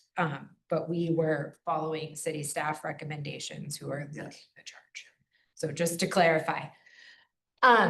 Okay, anything else on this agenda item? Michael Ann. I can't leave without saying it again. I just feel like that is the crux. This conversation is highlighting that we're not aligned from a community, the process, the different groups, like there's a lot of misalignment and like hoping that it all works out, it feels very risky. And I guess just what I'm hearing to your point, Steve, like, let's use, like, do we have to build another another plant to increase the amount of water?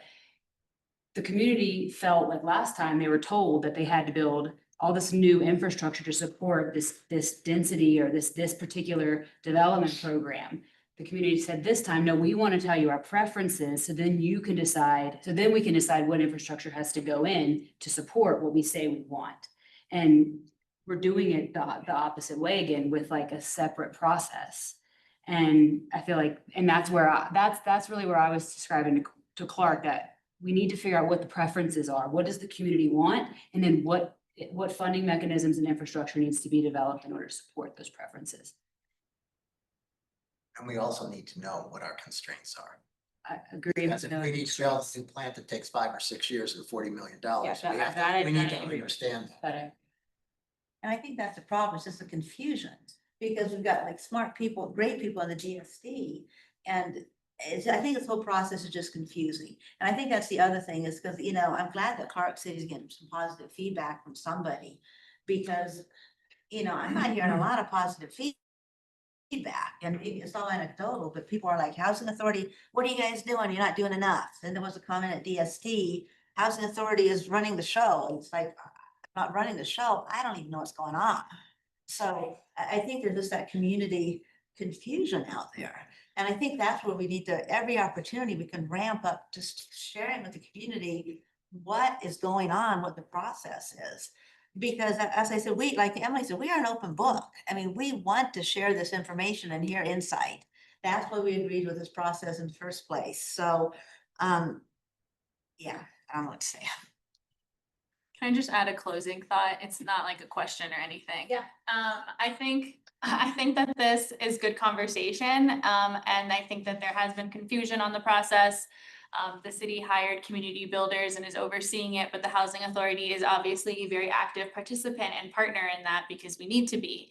I don't want us to get too caught up in like this one thing though. This is not everything the Housing Authority is doing. This is not our entire identity. And we are doing incredible other work that I think we really need to focus on and that the community needs to hear about. What we're doing at Cottonwoods is going to be amazing.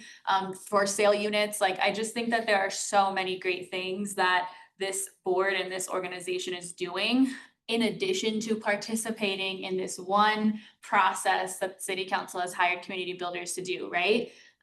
It is not everything that we are doing, and just how much long we've taken on this, I think is like proof that it is taking up a lot of our staff time. It is taking up a lot of our board time. And we have these other great, incredible projects in the pipeline that I think we need to be shouting from the rooftops and really pushing forward, because those are results on the ground. Like you can actually see those buildings going up, and that is incredible for our community. That's going to make a difference in our community. And so how do we really tell that story? Like Cottonwood's success is going to help instill that trust that might be lost or broken for some of our community members, right? And so I think we really need to focus on what can we actually provide to the community right now in the next 6 months, in the next year, and what is the success of that?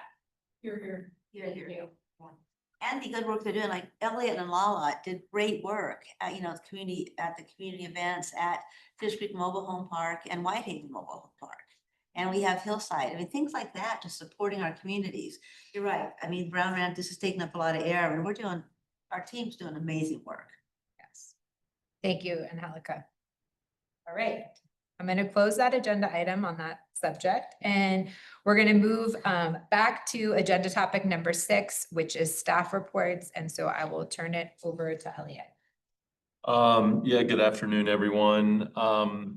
Just a few updates on happenings and things that have occurred and will be occurring. So tomorrow afternoon from 4 to 7, we have our final community engagement day set up for Hillside Village. We would love to see as many board members as possible there tomorrow night. We've had a couple successful ones with Fish Creek and Whitehaven a couple weeks ago, but Kate's got some hot dogs and hamburgers that we'll be grilling. Sounds like a couple tenants will be, playing music, and we'll have some stuff for the kids also. So if you can make that, it'd be great to see you tomorrow. If we're coming, is there anything that Thank would you, be Brad. helpful for us to bring? Um, Drinks or anything? No, I think we have a good handle on all of that. Yeah, just yourself would be awesome. Is there a best time to come, Elliot, or? I really don't know. I would probably say maybe towards closer to 5, maybe, since people are working and getting off work, but I can't say for certain what the best time is. While we're on that, do you mind me interrupting? Can you indicate if you're planning to attend? Because we haven't had great attendance. Great. Okay. Thank you. I'll be looking for all of you. I will until 5:30 lunch. Checking names off the list. So communication wise, Robin it was her last day working with us yesterday. We did a little team lunch with her and got her a card and some flowers and a little satchel. So, she will be missed, but she's been doing a great job getting John up to speed. And so, I'm sure we'll all still be seeing Robin in and around the community, but, yeah, it's been great working with her, and John's doing an amazing job filling in those big shoes. And on that, he's been working on the presentations to City Council that we did last week, moving some money from phase 1 to phase 2 at Cottonwoods, assisting Emily and Elizabeth with their presentations next week in Grand Junction for some grant money. And then also working with Blair on getting our website ADA compliant, and also getting a few documents and things that we need as templates that we'll start using that can be converted to ADA compliant documents. So there's some statistics. I won't go into those in my update, but read through that in regards to our newsletter, social media, Facebook stuff, lots of good information there. And around engagement. From a grant perspective, as I just kind of alluded to, Emily and Elizabeth will be down in Grand Junction on Tuesday, the 17th. This is for a DOLA Energy and Mineral Impact advisory board grant. It'll be a $1 million request that we're asking for that'll go towards water and sewer at Whitehaven. So this will help kind of make up some additional money that we need to get the water and sewer there renovated and tied into the city's system. And then Elizabeth has also been working on submitting a grant for getting some dumpster enclosures at Hillside Village and Whitehaven. And then the last update here is that our Prop 123 grant that we were awarded from the DOLA, which was a little over $3 million of money to support 63 units at Building 3. We had until July 1st to enter into that contract with the state. But because we're working on kind of redirecting some of that $5 million of STR money, we will basically be foregoing that and turning that money back into the state since we no longer have a cash match. So just kind of wanted to make sure the board was aware that we'll be doing that. And then finally, Cottonwoods, we had been working with Steamboat Association Management on a revised kind of operating agreement, and is basically like an addendum so that they can start assisting us with putting together HOA budgets, truthing out insurance, and also supporting us as we start getting closer to construction completion by having their staff get familiar with the building and getting the HOA set up.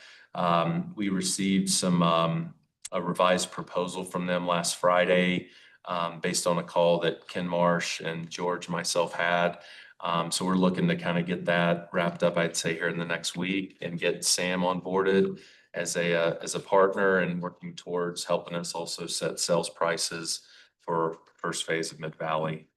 In regards to Cottonwoods at Mid Valley from a construction standpoint, we're still making good progress. We had a little brush with the weather on Friday. We had a electrical storm and it hit building 2. Pretty minor damage from Lightning hit building 2. Yep. Hit the elevator core. And so there's some fried electrical wiring. There was also some damage to some fire sprinkler pipe. That's kind of the extent of it. So they're working through those repairs right now. Still working on exterior building wrap, installing windows, rough in of sprinklers, plumbing and electrical. And then in the coming weeks, we'll also see more kind of site work taking place, exterior siding, masonry work. Once the building is dried in, they'll begin insulation and then also some fire penetration stuff as well.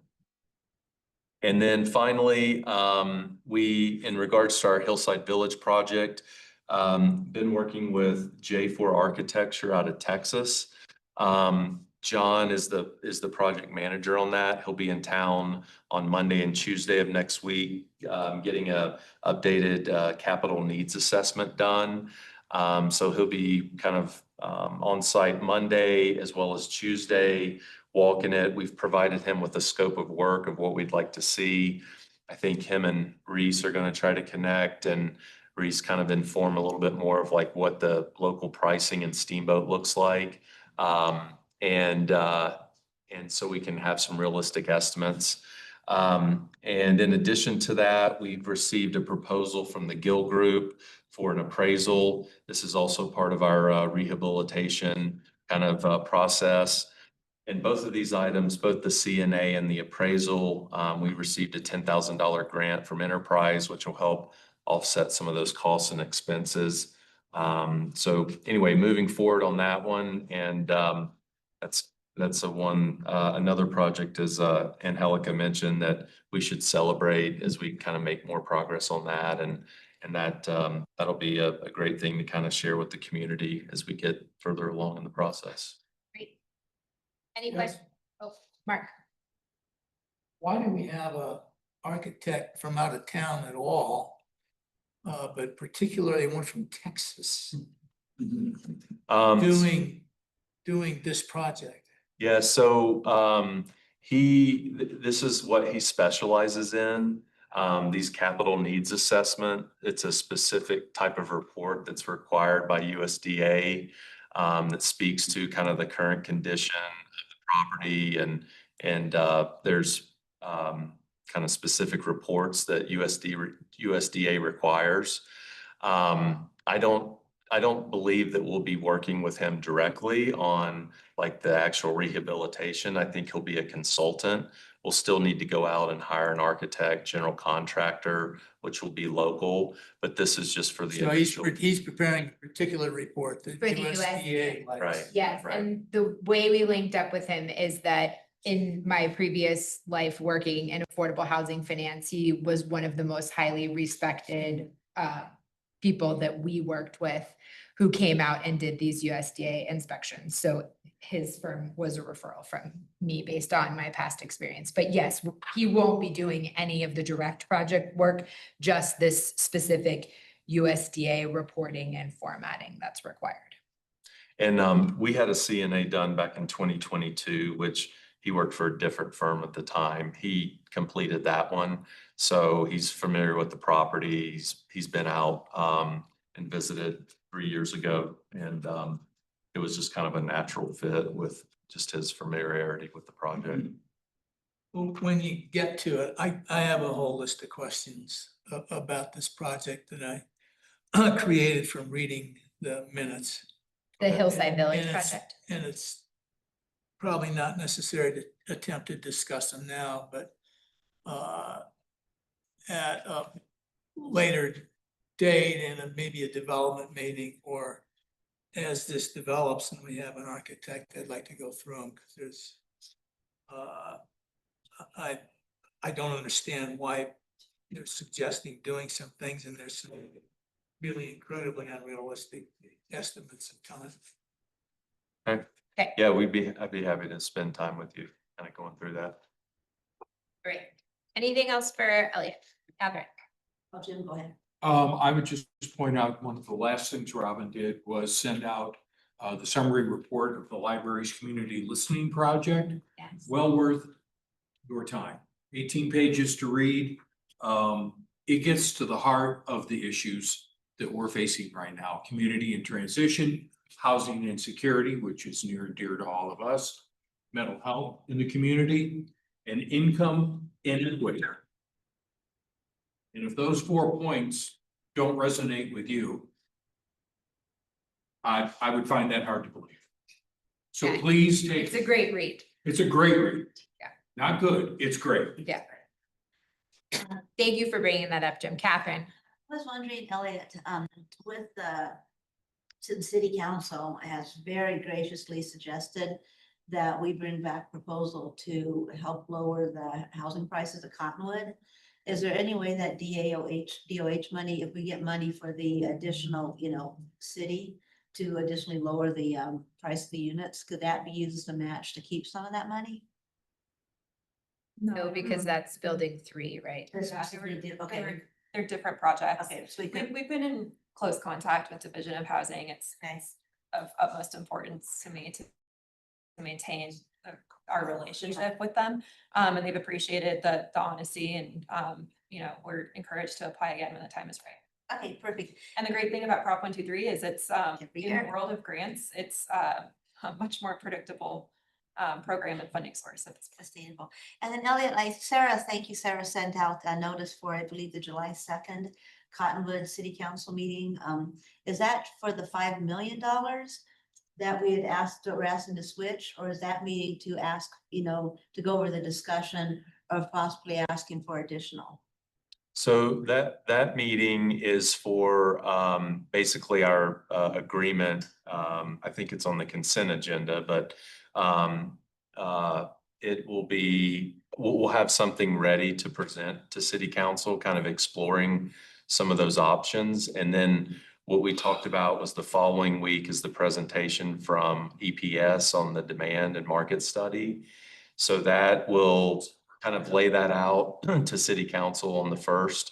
And then with the presentation of the demand study, they'll have additional information to kind of understand the need and what we're looking at as far as like housing in the community.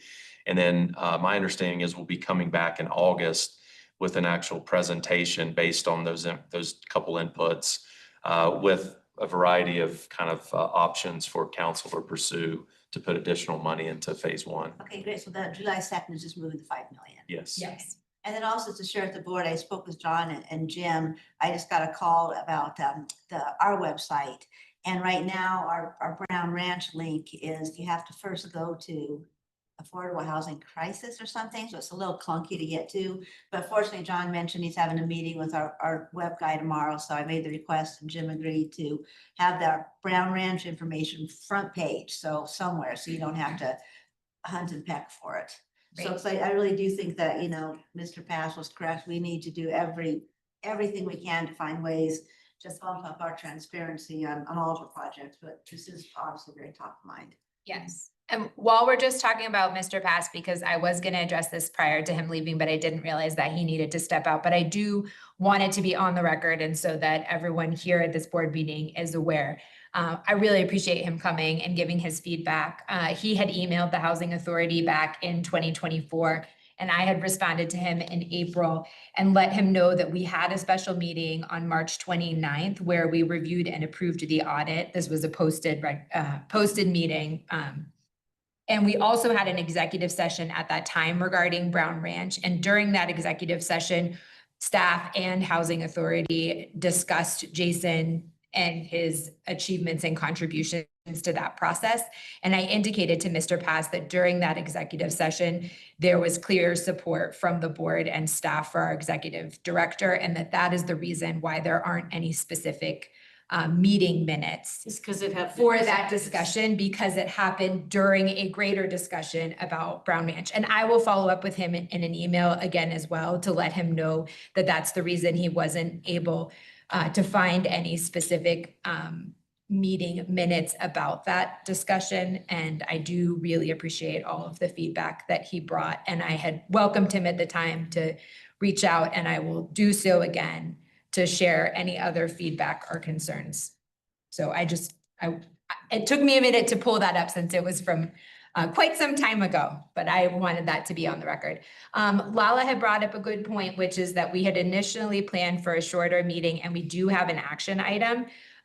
So if it's all right, I'm gonna switch our agenda topics around again and move past the conflict of interest and expectations forms to our action item, which is the review and approval of the YVHA Prop 123 down payment assistance guidelines. Can I ask a question real quickly? Are you going Absolutely. to circle back to the conflict of Yes, interest? Okay. I am going to That's circle real back to quick. that, just in the interest of time and making sure that we have enough board members to vote. Sure. I'm hoping to move the action item, and then we're going to circle back to the strategic topic. And then we also have a brief executive session that is still planned. So I apologize that this meeting has taken longer than I originally anticipated. We had a more robust conversation than I expected. Since there'll be an executive session and I'll be leaving, I was gonna wait till after the meeting and ask. So could I just get a clarification on, is it Bill? PASS. PASS, Yes. thank you. Thank you. go on. Okay, so I'm gonna, oh, Just so you know, I looked on the board, there is a meeting in here at 2:15 and those guys are in the hallway, so that will kind of be your stop line, but. all right, so we're gonna go quick. Yes. So as Emily kind of gave a brief update last time, her and Elizabeth were able to secure just over $500,000 for down payment assistance for the Cottonwoods. Due to DOH's guidelines, they slightly vary from what the DPA that the Housing Authority currently has in place. Therefore, the board needs to approve these new guidelines. I highlighted in the communications form some of just most of it aligns pretty well, but there are definitely a couple different clarifications. This DPA can only serve households up to 120%. Our current goes up to 150. Borrows for the YVHA guidelines, you can't own any other real estate. This one, you must be a first-time home buyer. Now, there are some guidelines around that. If you haven't owned a home within the last 3 years, if you're separating, going through a divorce, there's a couple other caveats that are included in that. This has a 0% interest rate, which is awesome. The loan terms are 10 years. The minimum loan amount is $5,000. The LTV is 100%. The current one for YVHA is 105, and then you have to do a HUD certified home buyers class. You can't just do any sort of home education course. They won't accept that. So those are kind of the main big things, nothing too crazy. Yeah. One more difference I wanted to highlight is that with the Prop 123 money, the down payment assistance will only be able to be deployed in communities in Route County that have opted into Prop 123. Whereas YVHA's existing program, as long as you meet all the other guidelines, it can be used anywhere in Route County. That was one of my questions. Real quick on the 10-year, so I'm confused because somewhere later I read that it's paid back when they either sell the unit or move on. So do they have to refinance in 10 years?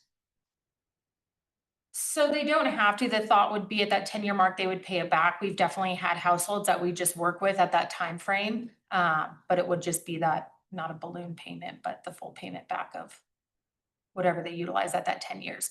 Now, if there's for some other circumstance, something in their household changes. So what we've seen is someone's no longer living in it as their primary residence. We force that to come to light sooner. But we just thought 10 years was a decent time. So, but is that something that we determined or Prop 123 funds determined? Their affordability period was 5 years, and we wanted it to match more so towards our guidelines to extend that. Okay. But in 10 years, they have to pay it back or they don't have to pay it back? They do. They do. Okay, so, all right. And then also I noticed that the guidelines you have listed for the organization that manages our down payment assistance is still, the specifics inside it are still the like 150% AMI. Do we have to do a new agreement with them who, even because then what's the agreement we have is different? Yeah, so they just have a component where new programs that we set up, that agreement was signed before this program came to light, which is why it's not in that agreement. But in talking with IDF, they're fine to administer whatever programs and the guidelines that we have. So we don't need to give them sign a new agreement, or No. we just send them this information and they just do it for these specific ones? Correct. So technically with IDF, they're reimbursable, so they deploy their funds and send us an invoice. So Sandy and Mandy can allocate when these 2 pots of money sit to make sure they're going for the right person. That makes sense? Yeah, I'm a little confused why, so we just give them in writing our new program and say these funds go with this, even though our contract with them says it's a different program. Seems peculiar, but okay. Yeah, we just updated that contract with them, but in my conversations with them, they said a new contract is not necessary. Is there a reason why we wouldn't do a new contract? Just to Catherine's point, to make sure we're being clear about the 2 different programs? I mean, I can ask them to do a new one if we want. We just put a new contract in place. We haven't had one with them for the last one was signed in 2010. And they were changing their initial pricing, so. Okay, I just think it would be great to have. I would agree that just papering this up with them through an amendment or a same contract with different numbers would be a good idea. Okay, we can do that. I think so too. We need to be, I think we're learning kind of the hard way that we need to be a little tighter on our written documents. Okay. Okay. Anything else for Lau? Right. And I will seek a motion to approve the YVHA Prop 123 down payment assistance guidelines with a friendly amendment that we are going to amend our contract with IDF to reflect this secondary program. So much. I would have a friendly amendment. I would like to say we don't have the motion be a friendly amendment, that we say here's the direction that we are going to amend this program and that the exec committee or finance committee or somebody's going to confirm it. Okay, so you're saying that. Or amend the contract. I would like to make a second motion that we approve this with the direction that the contract with IDF is consistent with what the new guidelines are, and that we have the exec committee or finance committee review that to confirm. Okay, so you're adding that you want to Yeah, I'm review not by gonna- the exec committee or finance I'm committee. not saying a friendly, I'm saying that is my motion. Are those teams comfortable doing it by email? Or are you just I'm not on either committee. And the finance team is meeting this week, Thursday. All right, so regarding their initial motion. There's already motion on the floor, Catherine, so you can't make a second. You're right, I can't make a second motion. You're right, so I will not. Okay, wait a minute. So there's a motion on the floor. I will withdraw my motion that's on the floor, because my intention was similar to Catherine's, and I will let Catherine make her motion.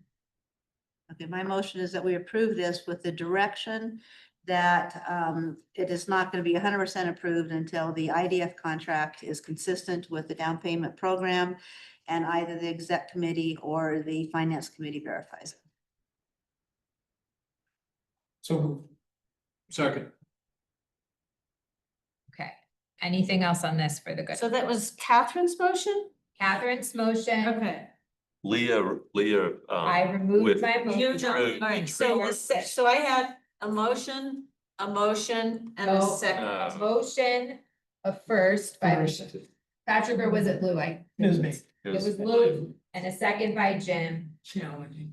So Catherine made the motion, Lou did the first, Jim did the second. Anything else on this item for the good of the order? We can talk about emailing. You good? That's it.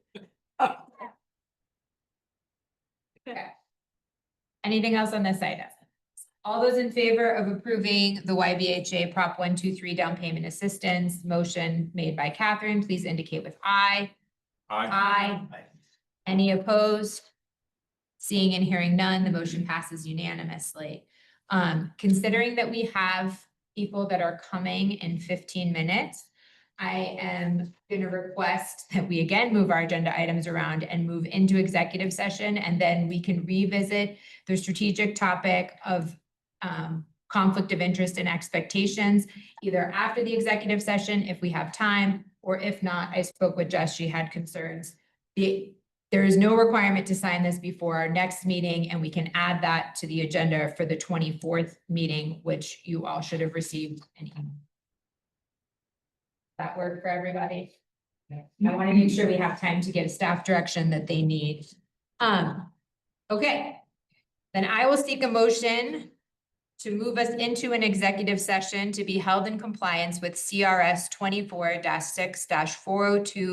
24-6-4024E to determine positions relative to matters that may be subject to negotiations and developing a strategy for negotiations and instructing our staff negotiators on the Mid-Valley Partnership and the OPG asset management.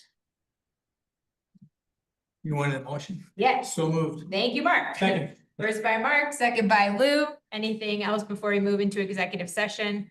All those in favor of moving into executive session, please indicate with aye. Aye. Any opposed? Seeing and hearing none. We are now moving into executive session, and we're